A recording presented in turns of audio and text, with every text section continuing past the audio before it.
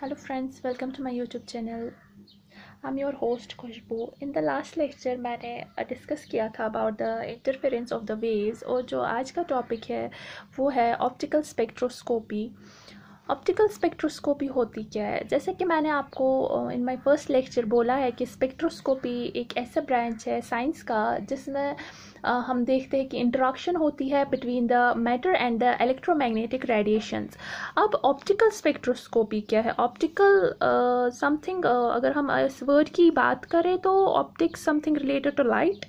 तो optical spectroscopy होती क्या है? ये एक ऐसी स्पेक्ट्रोस्कोपी है जहाँ पे जो हम यूज़ करते हैं ताकि हम डिटरमाइन कर सके, कंपोजिशन जान सके हम एलिमेंट्स का. लेकिन कैसे? Optical properties, it is a method for characterize it the optical properties of the substances. optical properties of the substances हम जान सके तो on the base of that हम material को recognize कर सके. जो ऑप्टिकल स्पेक्ट्रोस्कोपी है हम इसे ऑप्टिकल एमिशन स्पेक्ट्रोस्कोपी भी कहते हैं. ऑप्टिकल एमिशन स्पेक्ट्रोस्कोपी भी कहते हैं हम इसे. और सिंपली वी कैन से हम इसे बोलते हैं OES. जो OES है तो मैंने आपको बताया ये वो स्पेक्ट्रोस्कोपी है which is widely used for determine the elemental composition of the metals. It is a method, हम इसको बता सकते हैं it is a method for characterising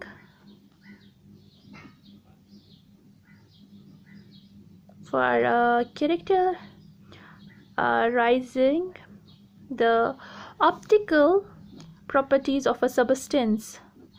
optical properties of a substance. ये जो ऑप्टिकल स्पेक्ट्रोस्कोपी है ये कौन सा पार्ट हमारा इलेक्ट्रोमैग्नेटिक स्पेक्ट्रम का यूज़ करती है? तो जो पार्ट जो ये यूज़ करती है OS वो इंक्लूड करता है एक तो visible spectrum, visible portion of the spectrum, and a part of ultraviolet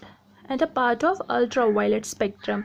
अगर हम बात करें वेवलेंथ्स की, in terms of wavelength it's हम लेते हैं इसको as an 130 nanometre to more than 800 nanometre. जो ये ऑप्टिकल स्पेक्ट्रोस्कोपी है ये कैसे वर्क करती है? In order to know how the optical spectroscopy works we should first know the optical spectrometer. Optical spectrometer होता क्या है? Optical spectrometer. ऑप्टिकल स्पेक्ट्रोमीटर एक ऐसा इंस्ट्रूमेंट है जिससे हम स्पेक्ट्रोमेट्रिक एनालिसिस करते हैं ताकि हम आइडेंटिफाई कर सकें मटेरियल्स को. और we can say it is an instrument used to measure the properties of a light over a specific portion of the electromagnetic spectrum, typically used in the spectrometric analysis to identify materials. अब जो ये हमारे पास जो ये optical spectroscopic methods होते हैं ये किस पे बेस्ड है? It is based on the 6 phenomena, that is absorption,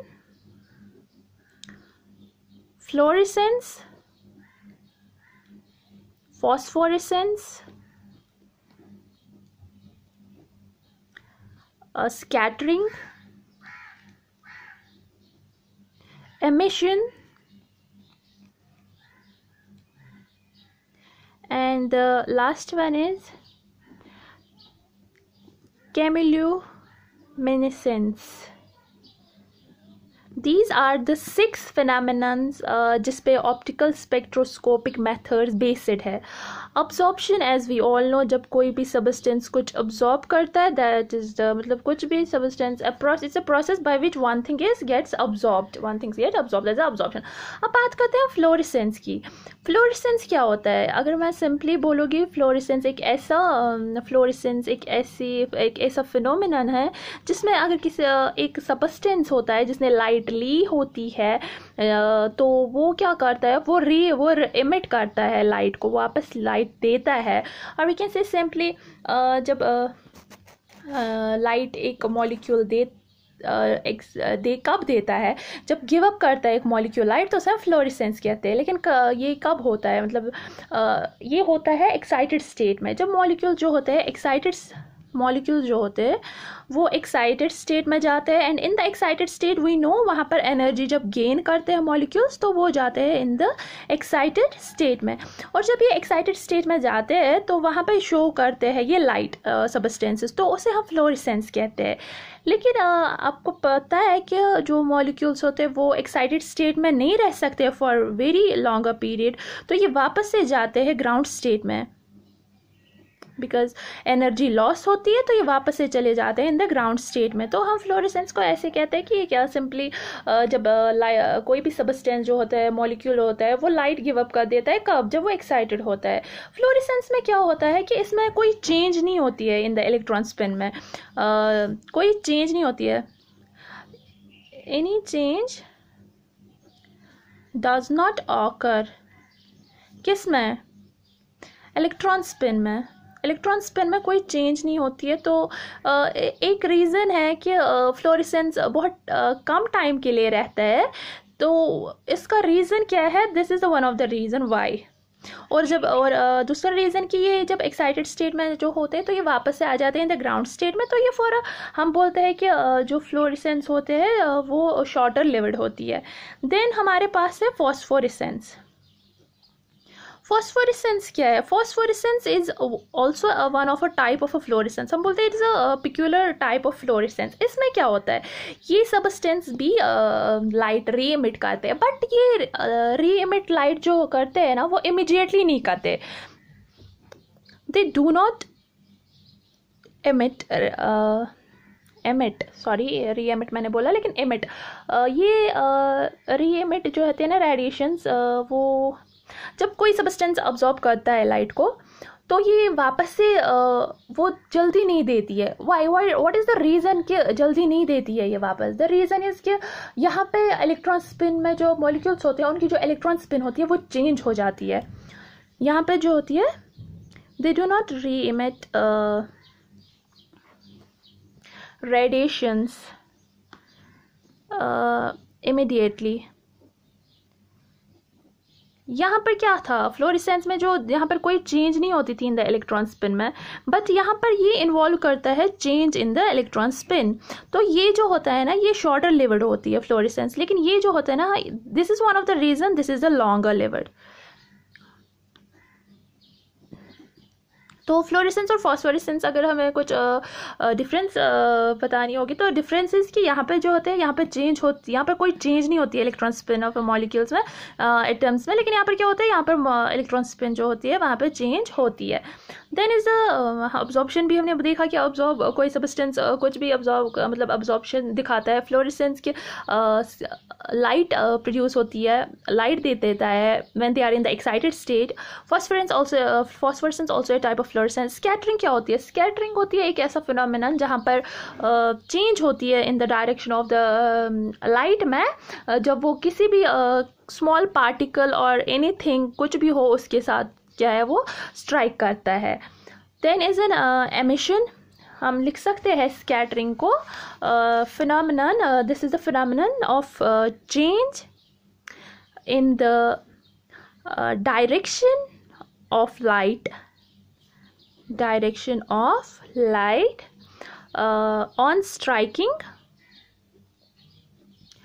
on a small sized particle,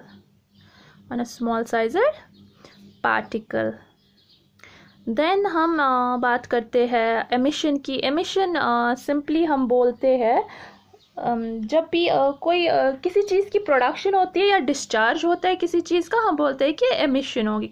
कभी कोई सबस्टेंस लाइट एमिट करता है तो हम बोलते हैं एमिशन। सिंपली हम बोलते हैं the production and discharge of something, the production और discharge of something. Then came the chemiluminescence. ये क्या है? यह भी एक टाइप ऑफ एमिशन ही है, chemiluminescence. This is also one type of emission, but this is an emission जो हमें मिलता है जब वी कैन से जब as a result of chemical reaction, जब कोई केमिकल रिएक्शन होती है वहाँ पे हमें एमिशन ऑफ लाइट मिलती है। तो हम उसे बोलते हैं क्यूमिलेसेंस. These are the 6 phenomena, that is the absorption, fluorescence, phosphorescence, scattering, emission and the chemiluminescence, जिस पे हमारा जो ऑप्टिकल ये हमारे 6 फिनोमिनन्स है जिस पे हमारा ऑप्टिकल स्पेक्ट्रोस्कोपी बेस्ड है. अब हम बात करते हैं दीज आर द, आपको ये फिनोमिनन्स याद रखने हैं, मतलब यही ये कुछ प्रोसेसेस है जिसके बेसिस पे हमारा ऑप्टिकल स्पेक्ट्रोस्कोपी चलता है. देन अब हम बात करते हैं ऑप्टिकल स्पेक्ट्रोमीटर की. ऑप्टिकल स्पेक्ट्रोमीटर मैंने आपको बोला एक इंस्ट्रूमेंट है. हमारे पास एक ऐसा इंस्ट्रूमेंट है जो मेजर करता है प्रॉपर्टीज ऑफ लाइट की over a specific portion of electromagnetic spectrum. जो मैंने आपको बोला ये visible portion and a part of ultraviolet spectrum लेता है. ये हम टिपिकली यूज़ करते हैं इन द स्पेक्ट्रोमेट्रिक एनालिसिस ताकि हम आइडेंटिफाई कर सकें मटेरियल्स को. जो ऑप्टिकल स्पेक्ट्रोमीटर होता है, अगर हम टिपिकल स्पेक्ट्रोमीटर की बात करें तो इसमें जो मेन, इसमें 5 कंपोनेंट्स होने चाहिए. 5 कंपोनेंट्स का बना होता है. पहले ही द मेन थिंग जो इसमें होती है सैंपल, जिसकी प्रॉपर्टीज़ हमें चेक करनी होती है. हमें सोर्स चाहिए होता है, सोर्स चाहिए होता है. वेवलेंथ एनालाइजर चाहिए होता है.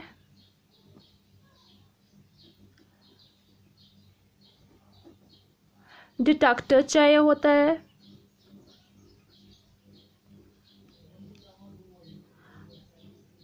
एंड द 5th वन हमें सिग्नल प्रोसेसर, या हम रीड आउट्स उन्हें कहते हैं, signal processor and read outs.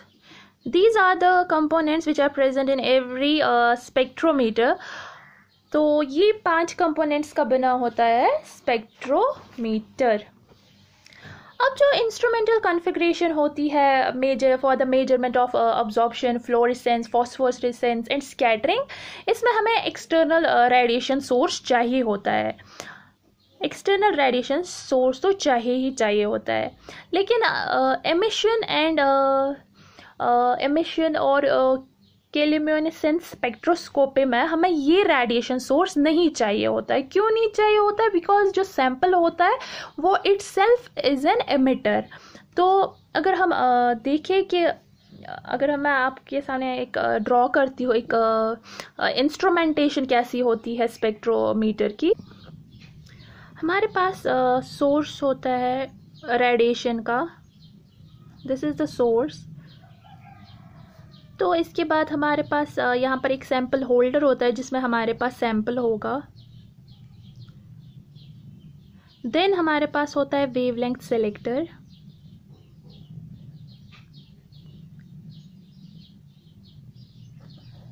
Then उसके बाद होता है हमारे पास detector, photoelectric detector. And then हमारे पास होता है signal processor and read out.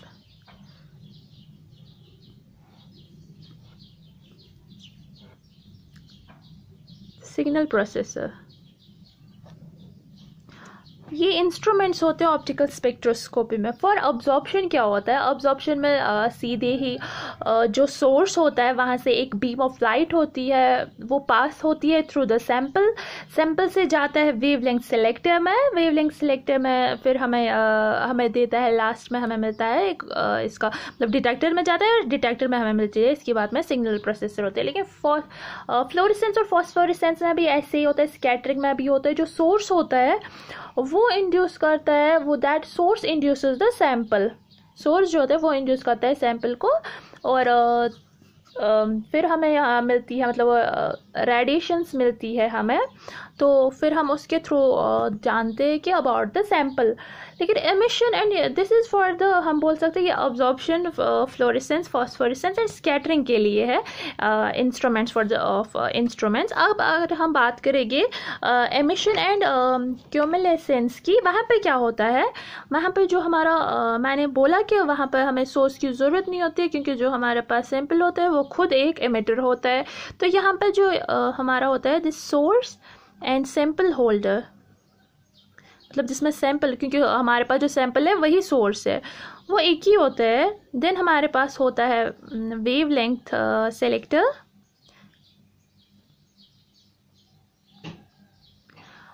Then हमारे पास डिटेक्टर होता है, फोटो इलेक्ट्रिक डिटेक्टर जिसे हम कहते हैं। देन हमारे पास होता है signal processor, signal processor. This is for the emission and the chemiluminescence. This is for the absorption, fluorescence, phosphorescence and the scattering. अब हम बात करते हैं sources की। There are different types of sources. Radiation sources होते हैं। अगर हम बात करें कि आप sources की, there are different types of radiation sources like continuous sources होती है, continuous sources होती है, line sources होती है, lasers होते हैं। These are the some of the types of the sources. अगर हम बात करें कि wavelength selectors की, तो यहाँ पर हम wavelength selector जो होते हैं वहाँ पर wavelength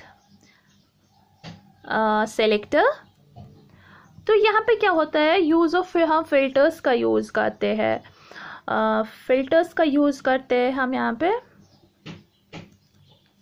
अब्जॉर्प्शन और इंटरफेरेंस फिल्टर्स होती है, तो जो वो फिल्टर्स होते हैं तो वो अब्जॉर्प्शन एंड इंटरफेरेंस फिल्टर्स का यूज़ करते हैं हम। फिर हम अगर बात करेंगे डिटेक्टर्स की, तो डिटेक्टर्स, फोटो इलेक्ट्रिक डिटेक्टर्स हम यूज़ करते हैं ताकि is used for UV visible NIR radiations. तो ये भी डिफरेंट टाइप्स के होते हैं, like thermal detectors are available, photon detectors are available. तो ये था basic instrumentation of the optical spectrophotometer. In my next video मैं डिस्क्राइब करूँगी about the sources, continuous sources, line sources, lasers के बारे में, फिल्टर्स के बारे में एंड डिटेक्टर्स के बारे में। सो this was all about my today's lecture. आज के लेक्चर में हमने देखा ऑप्टिकल स्पेक्ट्रोस्कोपी क्या होती है, जो ये कैसे वर्क करता है। Because of this optical spectrometer हमने देखा कि ऑप्टिकल स्पेक्ट्रोस्कोपी है that is based on the 6 phenomenons, that is the absorption, fluorescence, phosphorescence, scattering, emission, chemiluminescence हमने देखा। और बेसिक इंस्ट्रूमेंटेशंस हमने पढ़ी कि स्पेक्ट्रोमीटर की कैसे होती है। There should be source, there should be sample, wavelength selectors होते हैं, डिटेक्टर्स होते हैं, सिग्नल प्रोसेसर्स होते हैं। तो अब जो इनके सोर्सेज के टाइप्स, वेवलेंथ सेलेक्टर्स, डिटेक्टर्स के type, I am going to discuss in my next lecture. So this was all about my today's lecture. Hope कि आपको समझ आया होगा। अगर आपको कुछ भी क्वेरीज होती है रिलेटेड टू द लेक्चर, आप मुझे कमेंट बॉक्स में लिख सकते हैं। I will try to solve that queries and please subscribe my channel. And अगर आपको पसंद आया हो तो प्लीज़ लाइक करें एंड शेयर करें। Thank you.